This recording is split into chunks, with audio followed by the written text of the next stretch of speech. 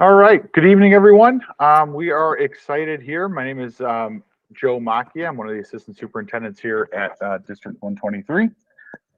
We are in the third session of a series of um, parent universities that we are doing across our district. We'll have three this spring and then three more this coming fall. We're extremely excited to be partnering with Highfive Schools and Dr. Ben Lester to provide us some insights into this evening. We're specifically talking about family meetings. I know inside of our classrooms we have things like morning meetings. These are things that you have generally heard, hopefully, from some of your students throughout the year.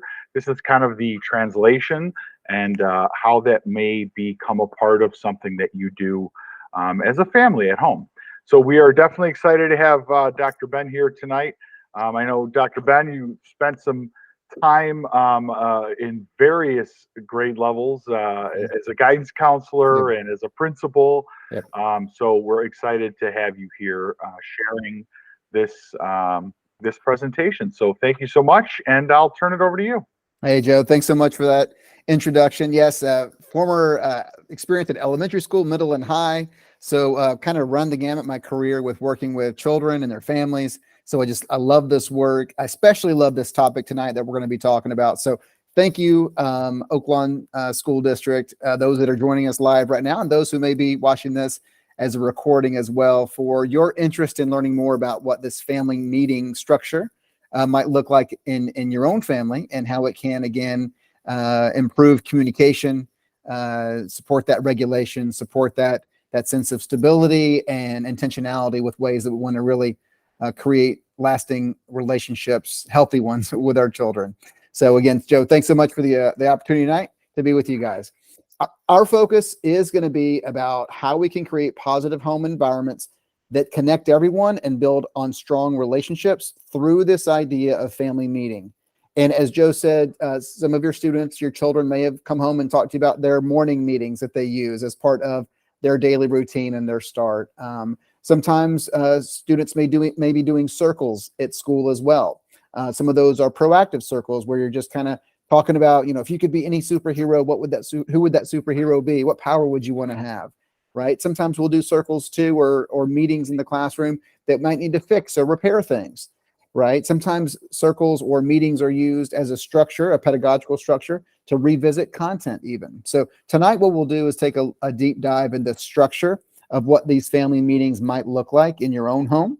And then you might have a tool that you're using already, or a structure, a ritual, a tradition in your own home that you could even maybe change slightly, adjust slightly to really meet this family meeting structure too. So looking forward to sharing that with you guys tonight. And then, of course, take any questions you might have. And I think Joe's going to be monitoring the live chat there. So if those of you that are with us live, if you do have questions, please do not hesitate to put those in the chat, and then we'll be sure to address those as we go through our time together tonight.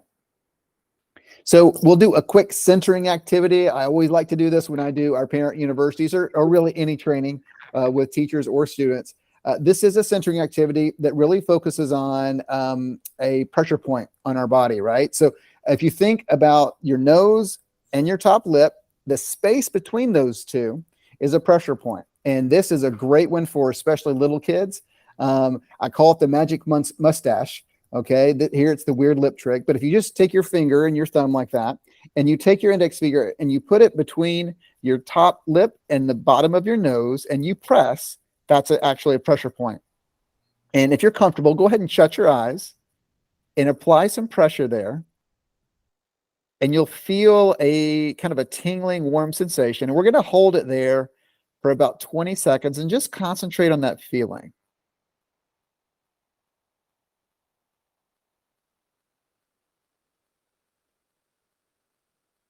Breathing in and breathing out.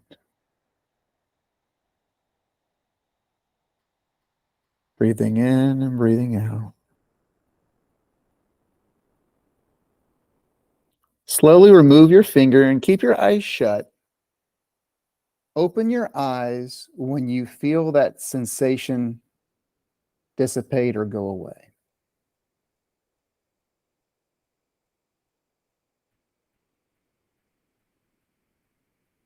Okay. So the weird lip trick or the magic mustache is a great one because again, it's a sensory tool that allows the child to focus on one particular thing, one particular sensation, right? It's when you're putting that pressure there and you get that tingling and you remove your finger, it's a way to calm, right? So we've talked about dysregulation a lot in our last meeting. We talked about the fact that a dysregulated adult cannot regulate a dysregulated child, a quote by Dr. Bruce Perry. He's done a lot of work on trauma and he's a child psychologist as well. But this is an activity that you can do with your own child and teach to them to help calm them when they may be dysregulated or upset about something, because it's focusing all that attention and energy on that one sensation, right? So this is just one example of a couple things we'll go over a little bit later tonight too, about ways that we can calm ourselves or regulate ourselves. So in our welcome circle to get us going this evening, if you would, in the chat there, just put ways that you make your kids feel they belong when they're at home with you. So how do you make your kids feel they belong when they are at home with you? And then Joe, if you want to share out any responses someone might have in that chat there as we get some of those answers coming in. And again, those of you that are listening to this as a recording, be thinking, what are ways that you are really intentional with ways that you make your children feel that they belong in your home, right? Are there certain ways you greet your child? Are there certain ways you engage in conversation to make them feel like their voice matters?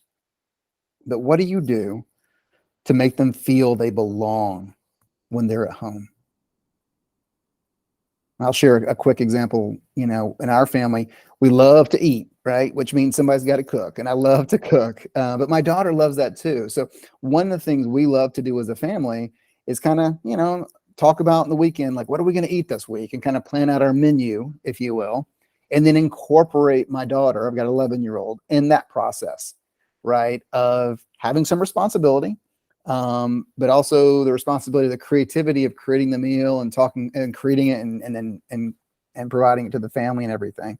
But that's a way that we really are intentional with making her feel like this is, you don't just hang out here or live here. This is your home too. You have responsibilities, but they're in a fun way too, right? To really make her feel like this is her home as well. Yeah, I will chime in and say, one of the ways that we go about that in this home, and I don't know if I've shared this in the past, but anytime my children want to talk about kind of their day and what's going on, I make sure kind of to stop and whatever it is that I'm doing, and pay full attention and try to listen as intently as possible to what they're willing to share. And I think our lives are busy and we need to slow down at times, and making sure that our children know that we are there to listen.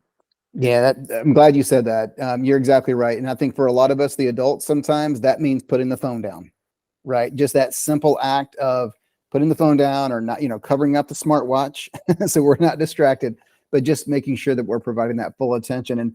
And that was, again, I'm glad you shared that. It's a great segue to the quick review that we'll do from some of the things we talked about in that last segment, in the last Parent University, about ways we can be really, really intentional with our language, with our actions, with our children. So you're right, making sure that they feel like they've got our undivided attention, especially when those moments come up where they want to talk to us and speak about something. So as I said, quick review of some of the things we talked about in our last segment or last session. And again, if you're listening to this for the first time, please go back and check out that other Parent University session, which we really focused on restorative language, on ways we can be co-collaborators, co-communicators with our children, ways that we can stay regulated, ways that we can be really intentional with relationship building as well. Just like teachers in the classroom, parents, some parents are really great at developing really strong proactive relationships with children. And then some parents, and me included in the beginning, you get stuck in that traditional mindset perhaps, or maybe the way you were parented as well, that comes out in the way that you parent your children, which may be fear-based, which may be kind of rules-based, right? Which may be based in what you're doing wrong and more of a fear-based approach.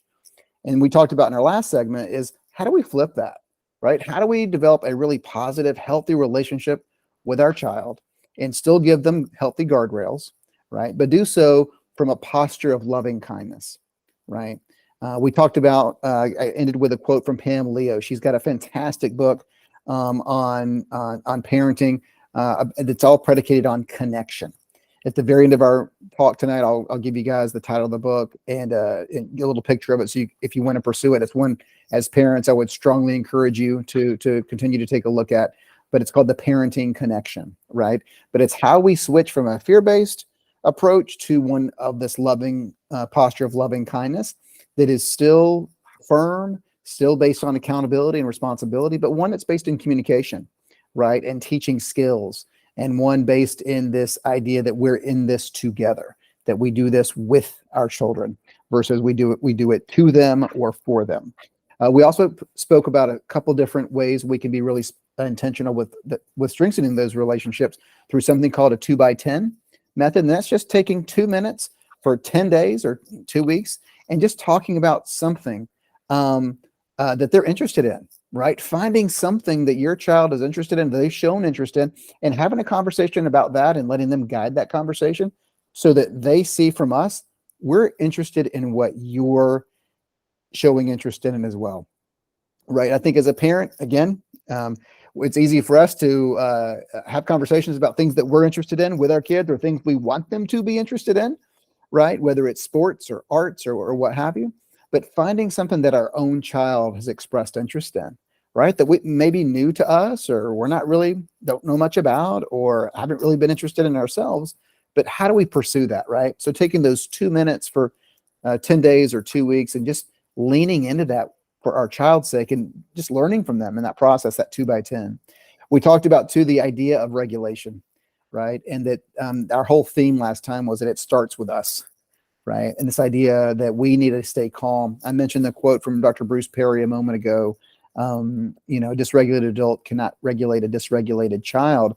And this idea of meta moments, we talked about that last time, of us being calm in the moment. And we use that acronym PLAN, pause, listen, ask, and then do what we need to do next. But we don't make that next move until we work through that recognition of how we're feeling. Are we triggered? Are we stressed? What are our body cues? What do I want to get out of this interaction? Doing that ask, listening, right, to what we listening to ourselves and where we're at, and then deciding then what to do next. But we just talked about that idea of PLAN as an acronym to help us make a really good decision and respond and not react in those moments when there might be some conflict or stress with our children. We talked a lot about restorative language last time too. We talked about specifically something known as I statements or affective statements, right? So instead of, if there's a responsive statement for a redirection you have to give your child, stop teasing your brother or sister, I'm feeling really confused or overwhelmed right now because you're still bothering your sister. And we talked about that a moment ago. Is there something I can help you with? Right? That's a different approach because we want to make sure we try and stay away from blame, shame, and embarrassment with our children too, and put them in that defensive posture. We really want to, with our language, our discourse, speak to them in a way where we're seeking to understand, right? I think one of the things we talked about last time is all behavior is a form of communication. We need to play detective and try and figure it out, right? So using some of those I statements of, I'm confused right now, or I feel overwhelmed. That's on the responsive side, but also on the positive side. Man, I'm so proud of you for, coming home and emptying the dishwasher. I really appreciate that, right? Or I'm so proud of you for, you've practiced so hard on that music. I know it's been difficult. It's been a difficult piece of music. I'm so proud of the way you've been really dedicated to practicing every night. And that concert, man, it really showed. Just being really specific with that praise as well for our students, our children, with those I statements. Okay. So kind of building up on that last session we had about this idea of it starting with us, with our discourse, with our own regulation, right? Kind of leads into our discussion tonight. And this idea that we can structure, right, these family meetings with this circle idea, similar to what we've been doing in schools for years, as a forum or a space that we can have really healthy, intentional conversations with our children. It also provides a forum, a space when we have to have difficult conversations sometimes. We have that apparatus, that structure that's there, right? So this slide here, as we kind of transition to the focus on tonight, really speaks to this idea with a restorative mindset, right? Not just a list of strategies, but a mindset that really 80% of our time should be spent developing, fostering, feeding relationships with our children, right? Doing so in a way that it's positive, it's teaching them skills, hopefully, it's not fear-based. And then 20% of our time should be spent having to be reactive, right? Having to provide some discipline, having to provide possibly a consequence for some type of action. But majority of our time, hopefully, is spent in feeding and then establishing and maintaining those positive relationships with our children. The 20% is what we need to do. Sometimes we need to repair those relationships too, right? As I said a moment ago, we need to be a detective. We've got to remember as a parent that all behavior is a form of communication. I have an 11-year-old and I struggle with that some days. I'm like, what is she trying to tell me? Right. But I have to have that mindset. And I've got to consciously tell myself that too, to be honest with you. Again, I'm an educator.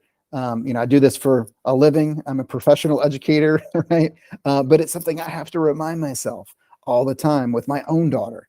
Okay, she's trying to tell that she's frustrated and I can tell I'm getting frustrated. But what is she trying to communicate to me? I've got to try and find out and be the detective to figure that out, to try to meet her needs and hopefully coach her through and provide support for what it is that she needs. So again, these are some of the strategies we talked about. I mentioned the 2x10 that we specifically mentioned in our last session together. Talked about the meta moments as well. This idea of that pause before we react. We want to respond. This is that idea of the meta moment, right? It's that time and space between when we're triggered and when we respond. I mentioned that idea of the plan, pause, listen, ask, and next. All of these skills are part of this idea of family meetings as well, right? Because these speak to language we use in the family meeting. These speak to a sense of calm and regulation that we, the adults and parents, bring to the circle or to the family meeting itself too. So let's take a look at the dynamics, like what is the structure of these family meetings? So again, think about in your own families, are there things you have in place that you have a forum for communication, right? Is there some system or practice or ritual you have in place where you guys, and it could be something informal, right? If you're fortunate to be one of those families who still does a family dinner every night. I know we lead very, very busy lives. I work, across the country, and fewer families, just because of schedules, have an opportunity to sit down at, let's say, 6:30 and have dinner together at a table, right? If you're one of those families who's doing that, fantastic. I applaud you. That might be the structure you have in place to really build upon, to put some of these ideas of the family meetings we're about to talk about into play as well. So just be thinking about for a moment, are there things I have in place in my family that allow for really healthy and positive flows of communication? And are there structures or practices that I have in place when someone's upset, when there is conflict and people are agitated, that is there a place they can bring these grievances in a healthy, structured way? And it's not just this explosive, argument, fight back and forth, right? So just be thinking about that for a moment. And then more broadly, are there other family rituals or practices that you guys have? Right? I think we said in our previous session, like one of ours in our family is we love to cook together. That's kind of a family ritual or practice. Like we had spring break here last week, and one of the best days that we had as a family is we went to a local grocer that primarily focuses on imported Asian products and products from Latin America. It's called H Mart. And so we went there as a family. We had like a shopping list of these different ingredients that we were going to cook all week and different snacks and everything. And then that ritual of preparing meals and cooking together and that type of thing, that's something we have in our family that just opens up lines of communication, right? Those are shared experiences we have. There's so many times my daughter has told me things in that moment when we're kind of preparing the meal together or cooking together that I think back and I'm like, wow, when else would she have brought this up to me? We've made that a safe space where we can be in communication, without the phones, and it's like face-to-face communication. So, think broadly. What are your current rituals, practices as a family, perhaps? And again, you don't have to put it in the chat or say it out loud. Again, if you're watching this recording, just be thinking about what are those structures in your family that you have in place that allow for that type of communication.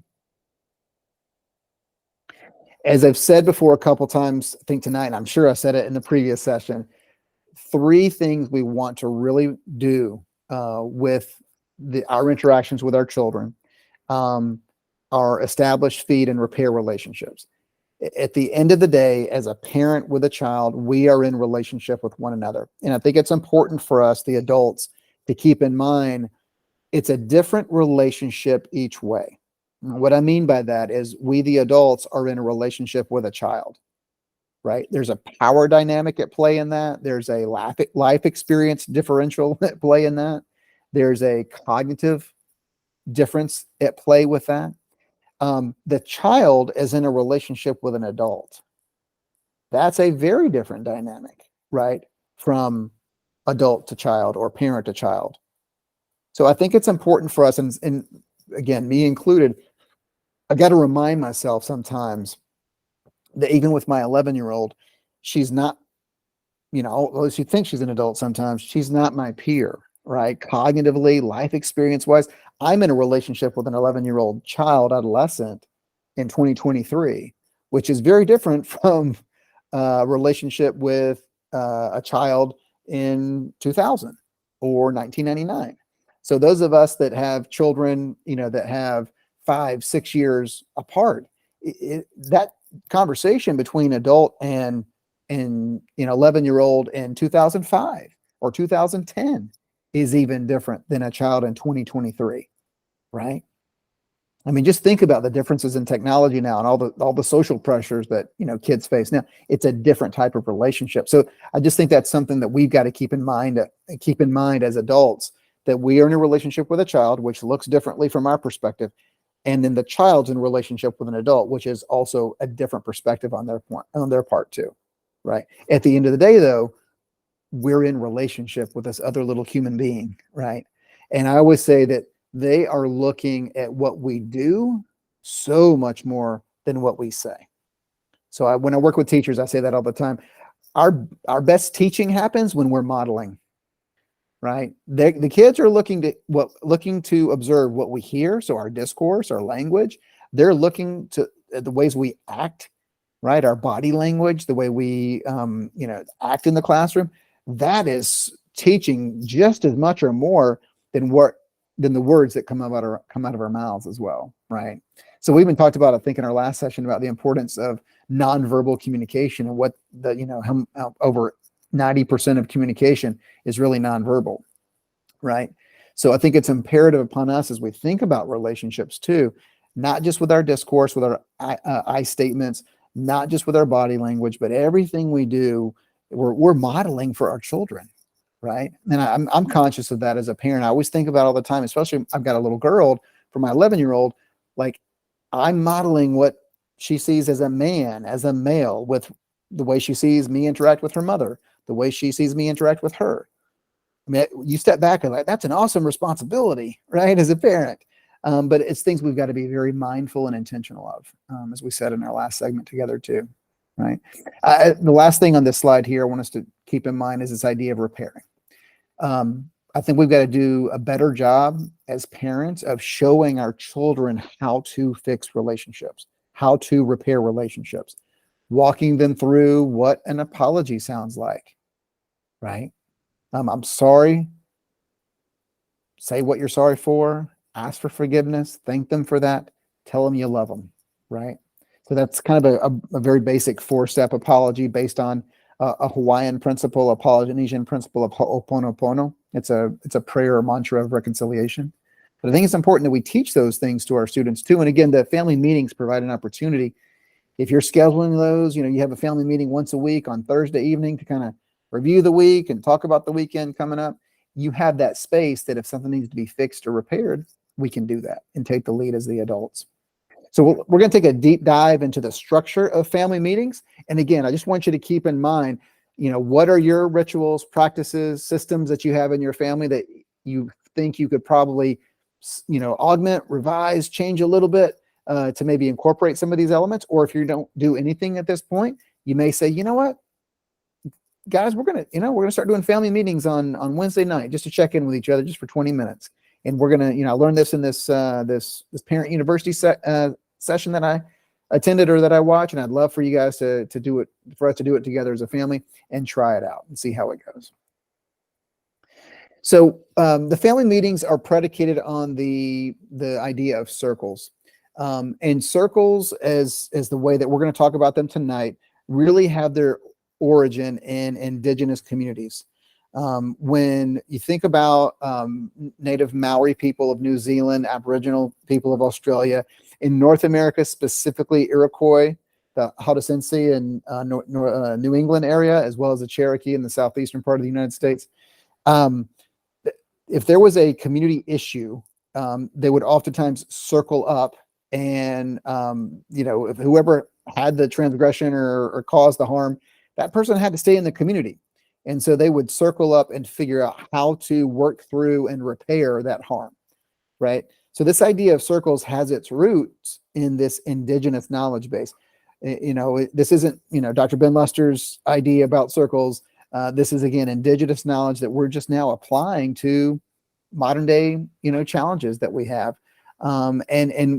The research, especially in the school setting, is very, very, very supportive of how these circles help create and foster a sense of belonging, how they create a sense of community in classrooms. And again, the psychological literature on family psychology as well. These practices, these family meetings, these circles are very, very, very powerful in creating a structure and space to have really purposeful, meaningful conversations as families, that whether it's a fun check-in with each other, or whether it's just providing that space because you've been doing the fun, proactive check-ins, when something difficult comes up, having the space and the practices to work through that as a family so it doesn't explode into something bigger, right?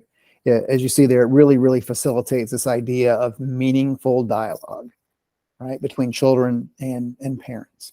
I know in our family, we've been doing them now for, we started when my daughter Lucy was 9. So, 2 or 3 years now. She'll be 12 in a couple of weeks. And it's been amazing now, especially I'd say the last year since she's been in middle school, that we've had this dedicated time and this practice to work through some things as a family when things have come up at school and she's had questions about things or, friendships or that kind of thing. So personally, very beneficial.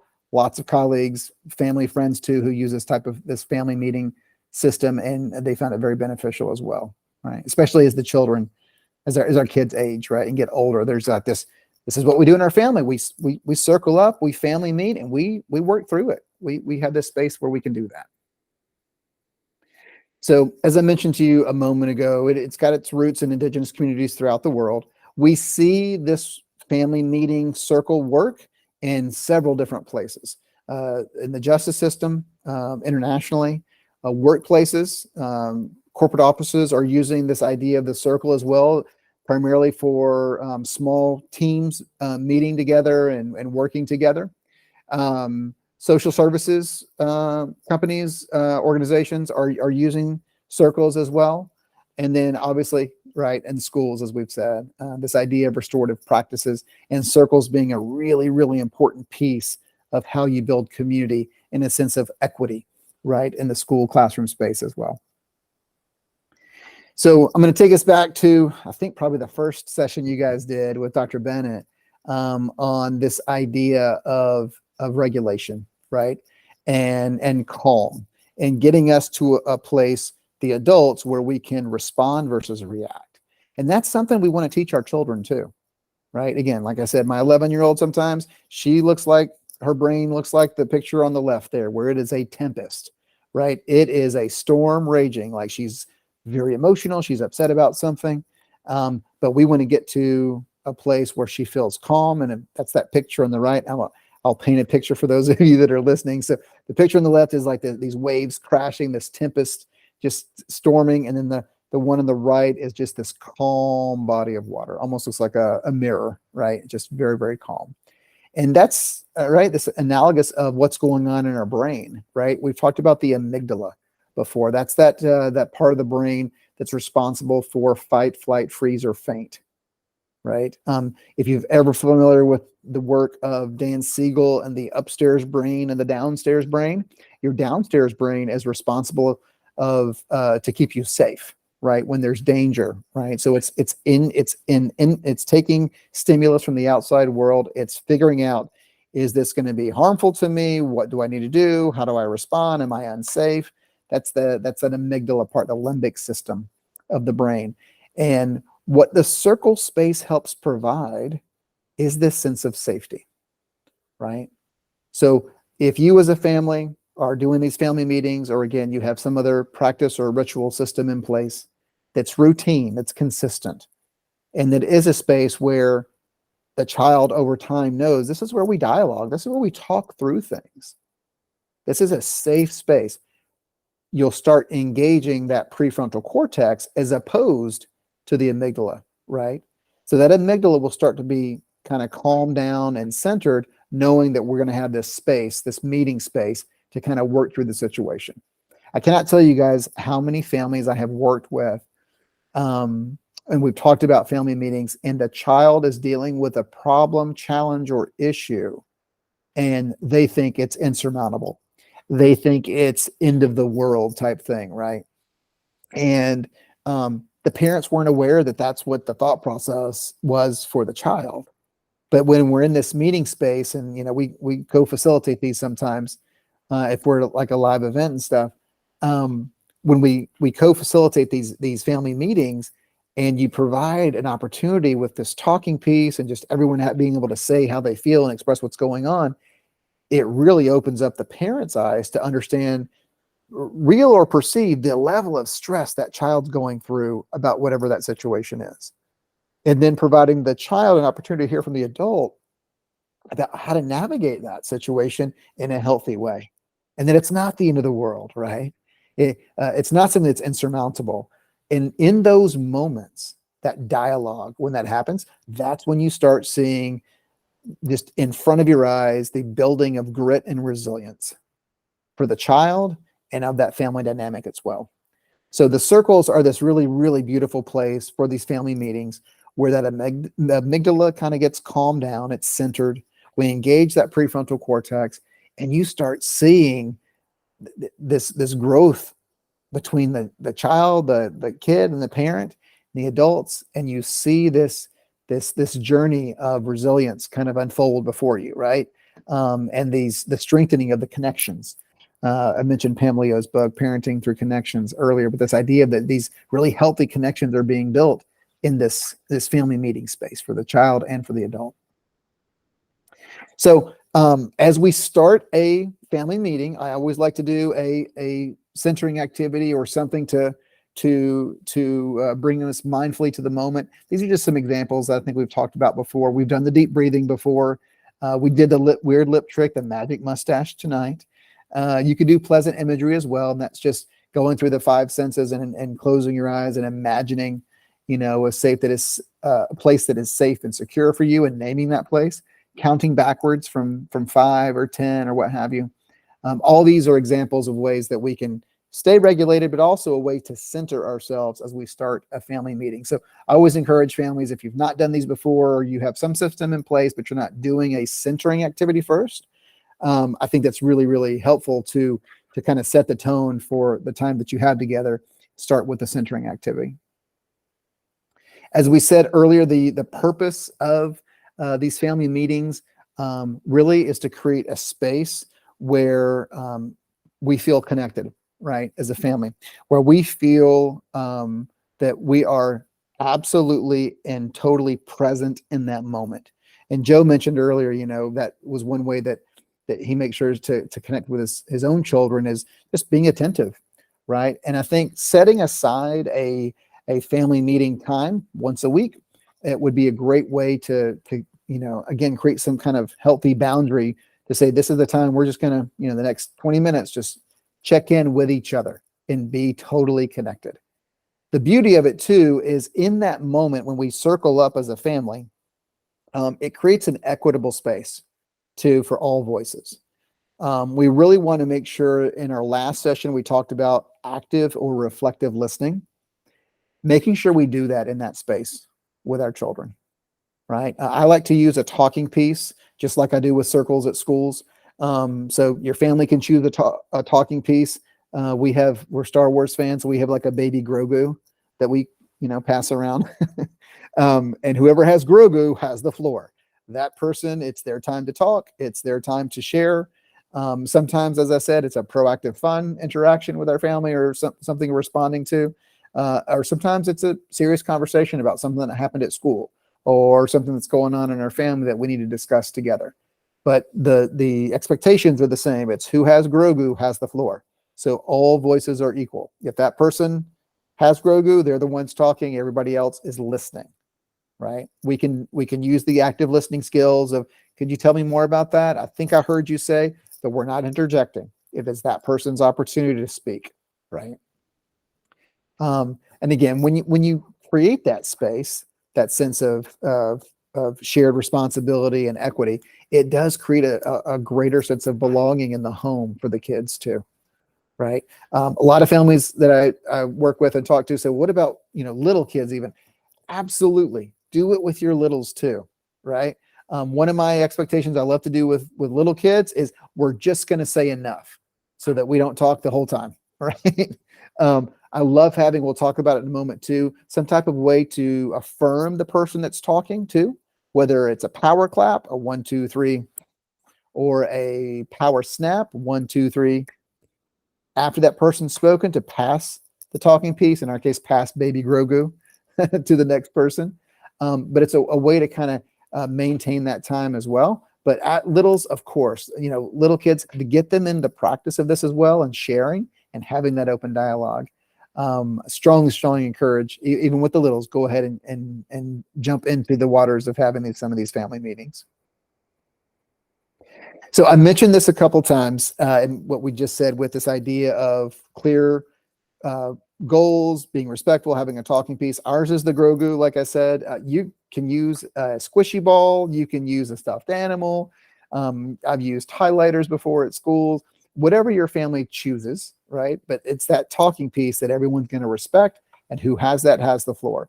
If someone wants to speak, they need to have, take and receive that talking piece to have the floor to be able to speak as well.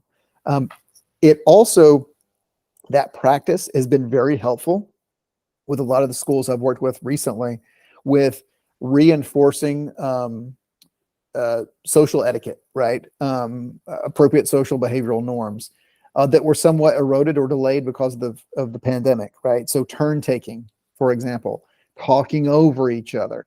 If you're in a family where you grew up, or you're in a family where, the way you get your word in is you're the loudest one speaking, this structure of the family meetings is a great way to kind of rein that in too, right? So if you want to provide a structure of these talking pieces and have the family meeting and who has the floor, that's going to help teach this idea of turn taking, the idea of being a really good listener, right? Using some of the things we talked about in that previous session as well. You can even do reflective listening activities in a reflective circle where you just kind of repeat back what the person before you said, right? If you're in a family circle, talking about, your favorite kind of weather for whatever reason, right? Is a proactive, fun one. Or a would you rather, would you rather go for a long hike in the outside, or would you rather go for a run somewhere, right? So run or hike. And then, I heard Lucia say hike. You know what, for me, I think I'd rather go on a long run, right? Practicing some of that social cue, that social interaction for dialogue can be a really important aspect of these family meetings as well. But being very clear with our expectations is important for all the participants, the kids and the adults alike, to be respectful of the space itself. Some of the prompts that I've used with teachers and kids, but also families, man, they vary so much. So I think one of the best pieces of advice I can give is have your children suggest to you or give to you things they want to talk about. So, once a month, I'll ask my daughter, hey, write down on a slip of paper, give me 5 things that you want to talk about this month. And she'll write down 5 things that she wants to talk about. Now, other stuff comes up, right? No, without a doubt, during the school year and stuff, especially.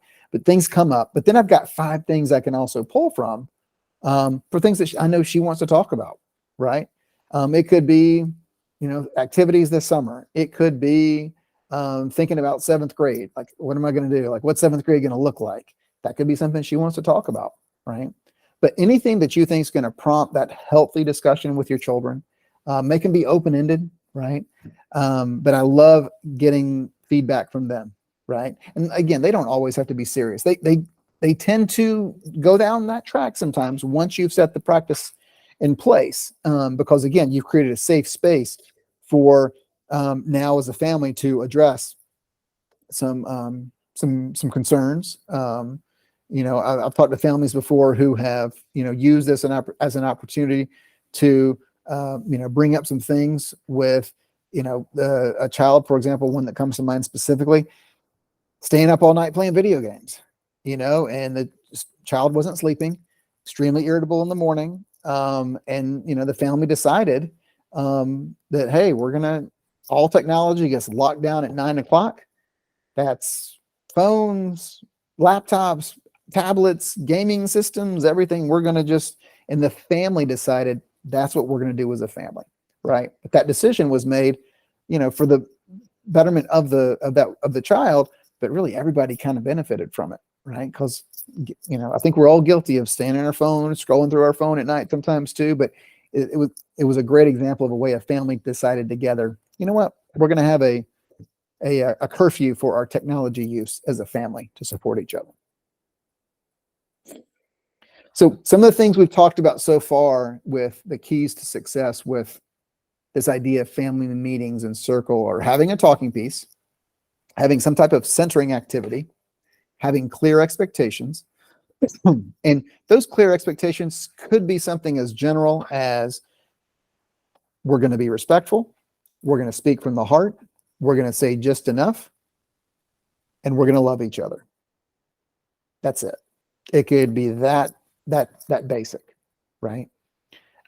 We talked a little bit about established routines as well. Starting off with maybe a centering activity would be one of your routines, right? Identifying the talking piece, starting from left and then going left to right, right?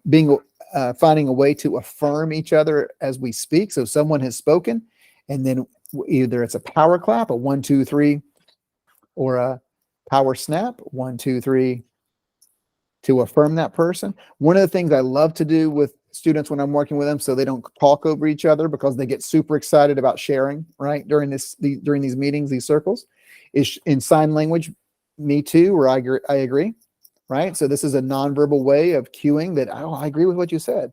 So teaching your children that even, right? So instead of talking over the person who has the talking piece, just doing this, right?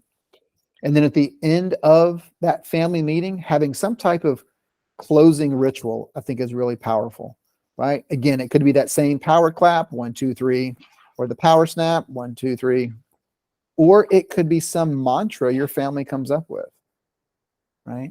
So when my daughter was born, even I've said this to her every morning since the day she was born. You are smart, you are strong, you are fearless, you're a child of the living God, right?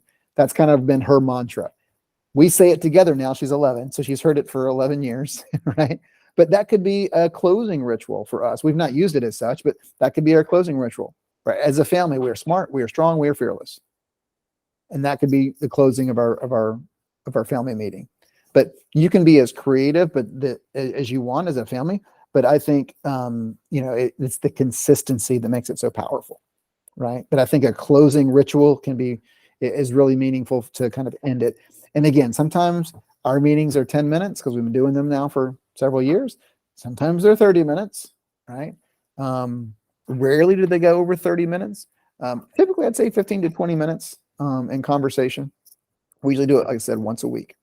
But that you see on their optional participation as well. If you have a large family too, and a child doesn't want to, one of your children doesn't want to share out specifically, that's okay, right? It may take them a while to get comfortable in that routine of the circle, but I always like giving a child the opportunity at the end to share out if they would like. So right before we close out the circle, guys, anybody that didn't share out who would like to share out now, would you like the talking piece? Would you like the whole GROGO? They say yes, give them the talking piece, let them share, and then you can close it out. If they don't want to share, that's fine, but it's optional. Okay. So these are some of the reflective family circles as an activity that I mentioned to you a moment ago, right? I'm just going to show you a real quick example. Again, this reinforcing some of that dialogue and discourse we talked about previously in the other session on restorative language and the I statements and being very attentive and being an active or reflective listener. So this is an example of, one of the prompts could be, who's your favorite superhero and why would you want their abilities, right? And so the first child says, I'd choose Spider-Man. I'd want to be able to swing from buildings because I can move places quicker and be able to stop crimes. Well, then the second child or parent, if you guys are spaced out, says, oh, it sounds like you like Spider-Man because he can move quickly and you want to be able to help people. Well, my favorite superhero is Flash, and I would also move that quickly, but it's also so that I could visit anywhere in the world. So you see there, you're providing a quick reflective statement about what the previous person said. So you're trying to practice that attentive listening, recast or restate what they said, and then add your input to that particular prompt. In this case, your favorite superhero and what would you want their abilities. But again, I think the power of some of these reflective circles is teaching how to be a good listener and being an attentive listener, and also take that turn taking, right? Because again, that's one of the skills when I work with schools across the country that so many students are struggling with, in not talking over each other. So the focus tonight was really about how we can create a positive home environment that connects everyone and builds strong relationships through a family meeting structure. So again, if you guys are with us live tonight, I'd love for you to reflect on and or put in the chat if you would like.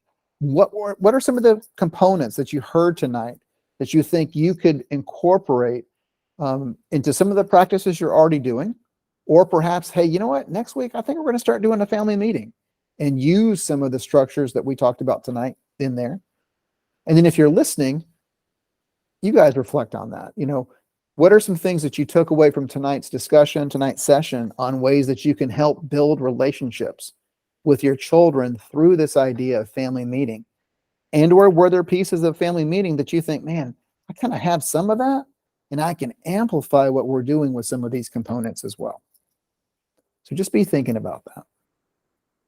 As I said in our previous session, it's never, ever, ever too late to start developing a positive relationship with your child. So those of you that are out there with your 16 and 17-year-olds and you're like, man, I've never done this before. Is it going to be hokey or weird? Put that aside, right? Talk to your 16 or 17-year-old and say, hey, listen, I would love to, I've been doing this parent university thing. I'd love to start us doing like family meetings once a week. We can call it something different, but let's just set aside 20 minutes. And I've got some different things that maybe we can use to really help us communicate.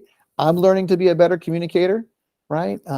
Hopefully you'll learn how to be a better communicator as a result of this as well. But part of my job as a parent is to parent, but also to teach and coach so that you become hopefully a good parent one day too, right? So just encourage those parents out there who might feel like, man, my kids are older, haven't done any of this before. Just try it. Get out there and try it. Have that conversation with your students. It's never, ever too late to start developing that positive relationship with your child. So tonight's focus was on this idea of family meetings, but I'm going to go back to three things that I mentioned last time. And that's the idea of this being a space, these family meetings that are really intentional. They help us be intentional with our parenting, help us be intentional with creating a space where we can have dialogue with our child, right? Where we can talk about fun things and prompts and stuff, but also maybe deal with some bigger issues too. This family meeting space, the circle itself, helps strengthen our own regulation as adults, but show our students, our children, how to stay regulated too when there might be difficult things to talk about, right? And then it also provides a structure for healthy communication, right? They can be fun prompts, get your students or your children to share their ideas about what they want to talk about. But then those prompts, those talking prompts in circles and family meetings can be serious sometimes, right? And it's nice to have a safe, secure structure in place where you can know you have a place to talk about those things with our children. Being a child in 2023 is more difficult than ever. Oof. And that means being a parent in 2023 is also that much more difficult too. So I think if we can have these unique systems in place, like family meetings, like understanding it starts with us, and us staying regulated and us always having a growth mindset as being a better parent, I think we'll also raise better kids too. So we have scratched the surface with so much of what we talked about in our segments together, but I would really strongly encourage you, if you're interested in reading more and going more in depth about making this mindset shift, this pivot from fear-based to a posture of loving kindness, take a look at the book by Pam Leo, Connection Parenting. I think you'll find it to be very, very helpful to you in your parenting journey as well. She's got some great resources online too, but Pam Leo's Connection Parenting is just, I've personally found a lot of benefit from that as a parent and making this mindset shift as well. But really appreciate the opportunity to be with you guys in our previous session, but also this evening as well. So Joe, I'd love to answer any questions that have come in or questions perhaps you might have even from the information that we shared tonight. So we haven't had any questions, but I just wanted to take this opportunity to say thank you, Dr. Lester, sharing a lot of these practical strategies for families to kind of stay connected as a unit, I think are important in any conversation that we're having, as a school system. And we are extremely excited to be providing, some resources like this to our families, recorded or live or otherwise. Yeah. So once again, thanks for sharing your presentation this evening, and we really appreciate it. And we look forward to our 3 fall sessions as well. So thanks again. And Lucina, I don't know if you have any questions, but feel free to unmute. And if not, we will end the session this evening.